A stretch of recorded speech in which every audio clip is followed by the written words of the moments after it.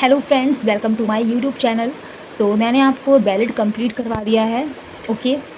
अगर आपने उन वीडियोस को नहीं देखा है तो आप उन वीडियोस को ज़रूर देखिएगा, जो कि बहुत ही बेनिफिशियल है आपके एग्ज़ाम्स के लिए, अगर आप लिटरेचर के स्टूडेंट हैं तो। ओके। तो मैंने आपको बताया था कि बैलेट के बाद में हम ऑब्जेक्टिव फॉर्म या फिर इम्पर्सनल फॉर्म पढ़ेंगे पोइट्री की, दी एपिक। तो बिल्कुल से मैं एकदम रेडी हूँ एक नए टॉपिक के साथ में। तो वो आपका टॉपिक है दी एपिक। ठीक है। पोइट्री की सब्जेक्टिव फॉर्म मैंने सारी करवा दी हैं। ओके। और ऑब्जेक्टिव फॉर्म अभी रह गई हैं, तो ऑब्जेक्टिव फॉर्म ही मैं इस वक्त करवा रही हूँ, जिसमें कि आपका बैलेड कंप्लीट हो चुका है। ओके। यस। तो चलिए देख लेते हैं objective and impersonal form of poetry the epic. The epic, जिसको हम हिंदी में कहते हैं महाकाव्य। ठीक है।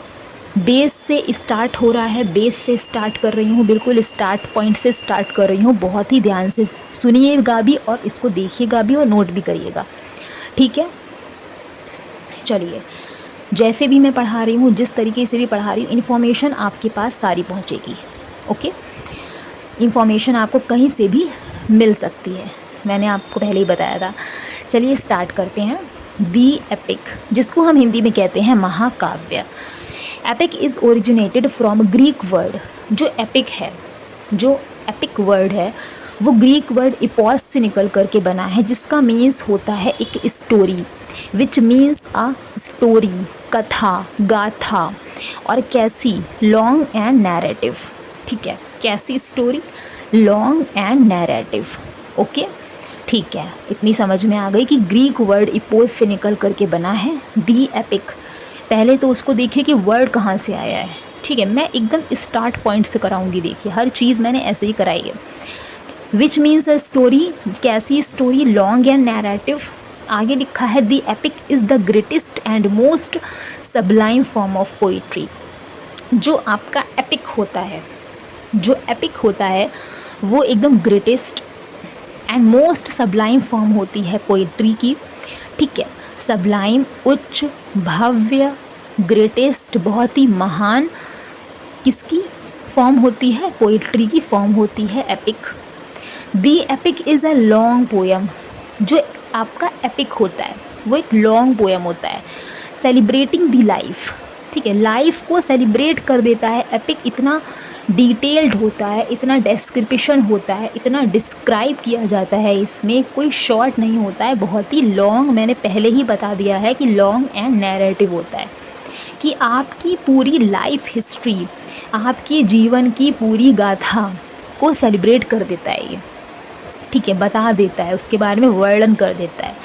सेलिब्रेटिंग दी लाइफ, हीरोइक डीड्स, आपने जो हीरोइक डीड्स किए हैं, ठीक है, heroic deeds and achievements of a nation, किसी भी नेशनल हीरो के जो उपलब्धियां हैं, उसने अपने जीवन में कौन कौन सी अचीवमेंट्स को गेट किया, कौन कौन सी उपलब्धियों को उसने प्राप्त किया, वो सारा कुछ इसमें एपिक में बताया जाता है। Whether historical and legendary. ठीक है, वो ऐतिहासिक हो सकता है, बहुत ही लीजेंडरी हो सकता है। ऐतिहासिक को ही हम बोलते हैं हिस्टोरिकल एंड लीजेंडरी। ठीक है, लीजेंडरी मतलब बहुत ही एकदम, जो बहुत ही प्राचीन है, जो लीजेंडरी है बिल्कुल, जिसको हम झुटला नहीं सकते। ठीक है। It has a great hero. इसमें एक ग्रेट हीरो होता है फॉर इट्स सेंट्रल फिगर, जो एक सेंट्रल फिगर में होता है, along with many other famous heroes. उनके साथ साथ में बहुत ही सारे अदर फेमस हीरोज़ होते हैं। For its principal characters, for its principal characters, उस प्रिंसिपल करेक्टर्स के लिए बहुत सारे मतलब करेक्टर्स इसमें होते हैं एपिक में। ठीक है, इतनी बात समझ में आ गई होगी एपिक के बारे में। एपिक का इंट्रोडक्शन समझ में आया होगा कि व्हाट इज़ एपिक, कि एपिक आखिर होता क्या है। ओके। एक लॉन्ग नैरेटिव पोएम होती है एपिक। ठीक है, जिसमें आपकी पूरी लाइफ को सेलिब्रेट कर दिया जाता है ना, आपके हीरोइक डिक्ट्स, आपके नहीं, किसी नेशनल हीरो के। ठीक है, आप लोग नेशनल हीरो नहीं है। हीरोइक डीड्स एंड अचीवमेंट्स, उसकी अचीवमेंट्स के बारे में। ठीक है। आगे लिखा है M.H. Abrams defines. ठीक है, M.H. Abram defines. अब ये कह रहे हैं कि एम.एच. अब्राहम कौन थे। देखिए, एम.एच. अब्राहम एक अमेरिकन लिटरेरी क्रिटिक थे जिन्होंने डिफ़ाइन किया द टर्म एपिक और heroic poem is applied to a work. देखिए, एक चीज़ मैं ऊपर लिखना भूल गई लेकिन नीचे लिखी है, ठीक है। एपिक को हीरोइक पोएम भी कहा जाता है, एपिक को हीरोइक पोएम भी कहा जाता है, ठीक है। द टर्म एपिक क्योंकि इसमें हीरोइक डीड्स के बारे में बताया जाता है, नेशनल हीरो के हीरोइक डीड्स के बारे में, उनके हीरोइक एक्सप्लॉइट्स के बारे में बताया जाता है, इसीलिए इसको हीरोइक पोएम भी कहा जाता है। द टर्म एपिक और heroic poem is applied to a work. M H. Abrams कहते हैं कि एपिक और हीरोइक पोएम उसी वर्क को हम कह सकते हैं that meets the following criteria, जिसमें ये सारे क्राइटेरिया आपको मिलते हैं। वो कौन कौन से क्राइटेरिया हैं, आइए देखते हैं। यस, तो वो क्राइटेरिया हैं, उन्होंने कहा था एम.एच. अब्राहम ने कि किसी भी वर्क को हम तभी हम कह सकते हैं एपिक जब उसमें ये सारे क्राइटेरिया हों। जैसे कि it is a long narrative poem on a great and serious subject. ये एक लॉन्ग नैरेटिव पोएम होना चाहिए किसी भी ग्रेट और सीरियस सब्जेक्ट पे, मतलब इसका जो सब्जेक्ट होता है, यहाँ पे आप ये भी ध्यान रखिए कि इसका जो सब्जेक्ट होता है वो सीरियस होता है। इसमें किसी भी प्रकार की हंसी ठिठोली आपको दिखाई नहीं देगी, ठीक है।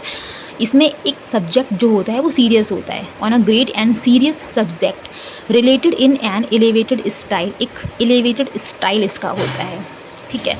एलिवेटेड मतलब कि उच्च भव्य इसका स्टाइल होता है, and centred on a heroic, और एकदम हीरोइक पर ही सेंटर्ड करता है, क्वासी डिवाइन फिगर, ठीक है। तो ये सारा criteria according to M H. Abraham should be in the epic, ठीक है। अगर किसी भी पोएम में ये सारा क्राइटेरिया है तो वो एपिक हम कह सकते हैं कि उसमें एक सब्लिमिटी है, उसमें उसका जो स्टाइल है वो एकदम एलिवेटेड है, उसका जो सब्जेक्ट है वो सीरियस है, वो लॉन्ग पोएम है, वो नैरेटिव है, उसमें हीरोइक एक्सप्लॉइट्स के बारे में बताया जाता है, ठीक है। तो हम उसको दी एपिक कंसिडर करेंगे। आगे ये तो हो गई एम.एच. अब्राहम की बात। इसके बाद लिखा है the epic was ranked by the Renaissance critics. Epic को रेनेसा जो क्रिटिक्स थे उन्होंने एपिक को क्या रैंक किया है, as the highest genre of poetry. ये कह रहे हैं कि पोइट्री की जो हाईएस्ट जेनरा होती है वो एपिक ही होती है, ठीक है। कौन कह रहे हैं, रेनेसा क्रिटिक्स ने इसको रैंक किया है, ये बात ध्यान रखिएगा। The story begins in medias res. Epic की जो स्टोरी होती है वो medias res in the middle of things. Medias res का मीन्स होता है कि मिडल ऑफ थिंग्स से स्टार्ट होती है। The epic was ranked by Aristotle. अरस्तु जो एक अरस्तु ने क्या कहा है कि एपिक को रैंक करा है ओनली नेक्स्ट टू ट्रेजिडी, ठीक है। एरिस्टोटल कहते हैं कि ट्रेजिडी के बाद अगर किसी का नंबर आता है तो वो एपिक है, ठीक है। तो ट्रेजिडी तो है ही आपका एकदम लॉन्ग नैरेटिव, ठीक है, जिसमें भी सीरियस चीज़ों के बारे में ही बताया जाता है, ठीक है। देखिए कॉल आने लगा, तो ओके। तो एरिस्टोटल कहते हैं कि भाई जो आपका ट्रेजिडी होता है उसके बाद एपिक ही आता है, इतना उन्होंने एपिक को सब्लिमिटी दी है, सबलाइन कहा है। And epic is divided in 12 books, और जो आपका एपिक है वो 12 बुक्स में डिवाइड होता है, ओके। मेन रूप से 12 में ही डिवाइड होता है, बाकी तो फिर मतलब डिवाइड किया गया है इसको शायद थोड़ा कम ज़्यादा, ओके। मतलब आपको इतना ध्यान रखना है कि मेन रूप से 12 बुक्स में एपिक डिवाइड होता है। एरिस्टोटल कहते हैं कि एपिक, वही इन्होंने कहा है कि एपिक इज़, बस इन्होंने ये जो बोला है इसको आपको याद रखना है एज इट इज़, कि epic is long and narrative poem based on elevated theme exploiting the heroic deeds of a legendary hero. ये सारी बात हो चुकी है कि लॉन्ग एंड नैरेटिव पोएम होता है, एलिवेटेड थीम पर होता है, सीरियस होता है, सब्जेक्ट में हिस्टोरिकल लीजेंडरी हीरो के बारे में, हीरोइक डीड्स के बारे में बताया जाता है, ठीक है। तो ये आपका एपिक के बारे में चीज़ें थी। आई थिंक क्लियर हुआ होगा, बहुत अच्छे से मैंने क्लियर किया है, ठीक है। तो अगर आपको नहीं भी समझ में आया तो 1-2 बार आप वीडियो को और देख सकते हैं, वीडियो कोई लेंदी नहीं है, you can watch time and again, okay. चलिए मिलते हैं नेक्स्ट इन्फॉर्मेशन के साथ में, अभी एपिक ही चलेगा। पढ़ते रहिए आप लोग, एंड वीडियो को लाइक कर दीजिएगा, चैनल को सब्सक्राइब कर दीजिएगा अगर आपने नहीं किया है तो, ठीक है। मिलते हैं नेक्स्ट।